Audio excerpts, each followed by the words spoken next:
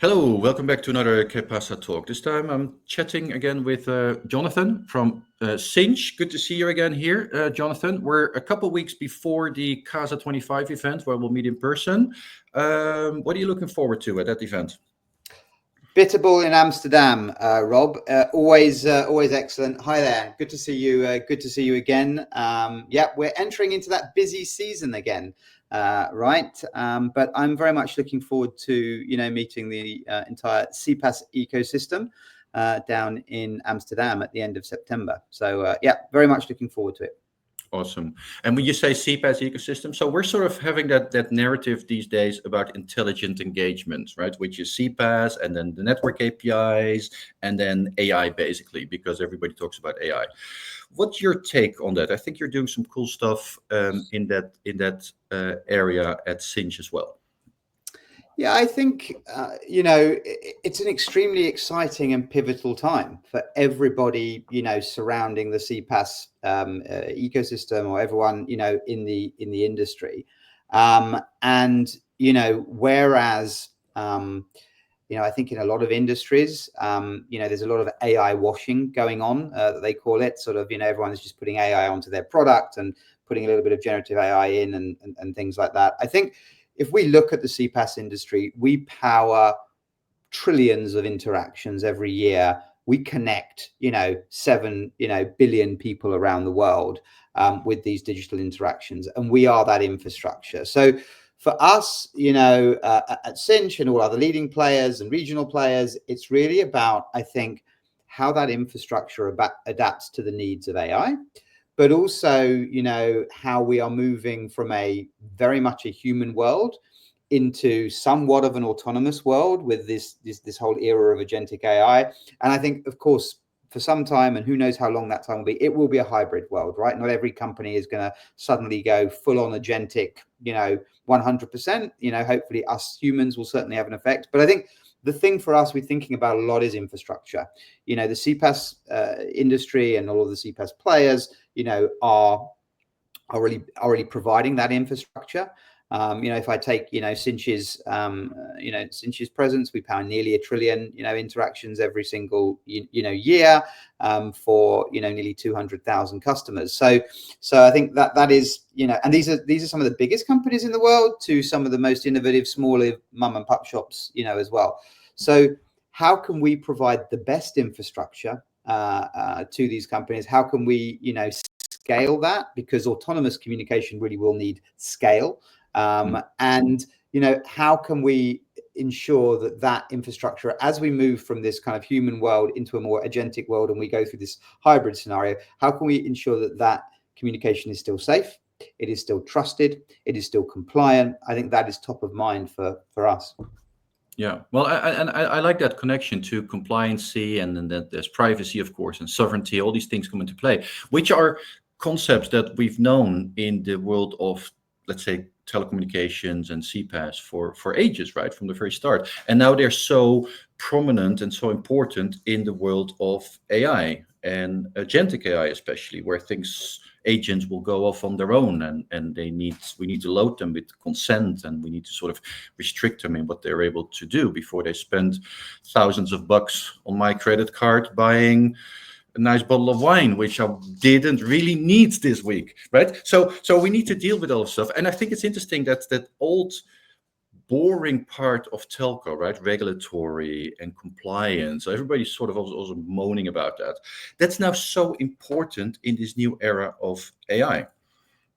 Yeah, I think it's a great. I think from our experience, a lot of our valued customers, have been, in the software and technology sector, huge players to smaller niche players, and really teaching them. The interesting thing is, over the last decade, teaching them about the complexities, quite frankly, of a channel like messaging or SMS, the know your customer, setup that we need to do through voice, and the complexities of, inbox delivery for email and the regulation around that. I think, we've spent a decade or so teaching these tech leaders about, you know, complexity, regulatory environments from the telco world, actually. And sometimes that's been quite frustrating for those people. Why does it just not work like software? What we're seeing now, which is super interesting, and we're learning a lot, is, you know, we're partnering and collaborating with some of the most innovative AI companies in the world. And, you know, we're also teaching them this as well. And it's slightly different because, you know, when you have a SaaS product, which is, you know, interacting with a communications API, that's one thing. And you're you know, configuring that.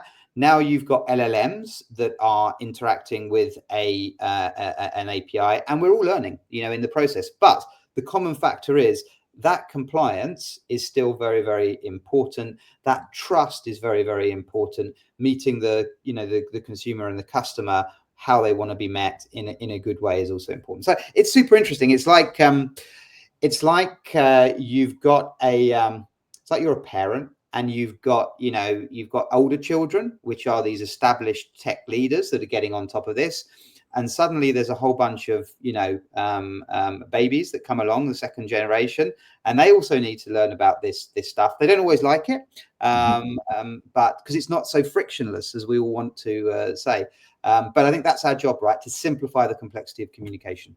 Yeah, well, I think that's a great point. And it's going to be great to get the ecosystem together in Amsterdam in a couple of weeks to dive deeper into these things, not just the market forecasting that we've also prepared, but also especially this AI thing. And I like your point about there's a lot of AI washing going on, but it seems that in our industry, this industry is particularly suited to really making a big change using AI, and I think there's a big disruption coming our way for all the players, right? You call infrastructure telcos, but also the CPaaS guys, because it's really, yes, there are issues, there are complexities around regulatory and compliance and all of that, but once we sort of tackle those, communications, real-time communications is just so suited to all sorts of AI stuff being added.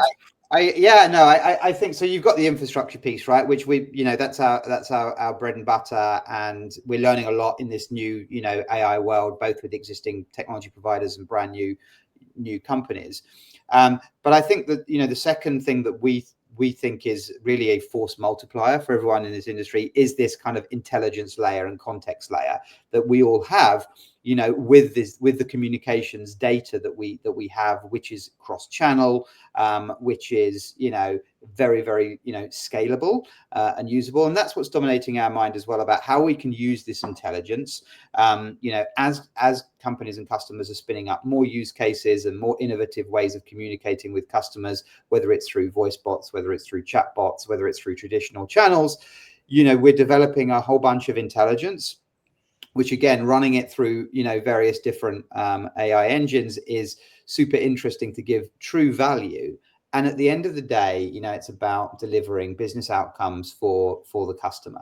I think, you know, telco folks are awful at this, tech folks are awful at this, very focusing on the technology and getting excited about the technological, you know, advancements. I think what I'm excited about is the business outcomes it can drive. You know, it can drive incredible revenue, it can drive incredible cost saving, and more importantly, it can drive much better customer experience for you and I that are at the end of some of these communications, right? Whether it's with your bank, your airline, you know, your healthcare provider, your retail, it's going to make your life a lot better. And we've been talking about personalized communications for, I don't know, ever since I've been in this business, and way before when I was in the area of MarTech. Now, though, I believe, you know, with effective use of this intelligence layer and this context layer, you can get to what, you know, what I'm calling a segment of one, a true segment of one, right? Where, you know, you have that highly personalized, you know, communications to you on the channel of your choice. And I'm super excited about that, kind of everyone being able to, you know, really use and provide value and deliver outcomes with this intelligence layer. Yeah, well, I'm just excited, and I'm also excited about the concept of getting an AI to deal with my kids in the future. That's going to be helpful as well. Great to chat, Jonathan. I look forward to seeing you in a couple of weeks in Amsterdam in person, and then we'll continue this conversation and we go deep dive into it for a couple of days? I think it's going to be great. And as I said, the other thing that's very important for this business and this industry is the ecosystem. So I'm looking forward to, get together and see how we push this industry forward. Awesome. Thanks a lot, Jonathan. See you soon. Thanks, Rob.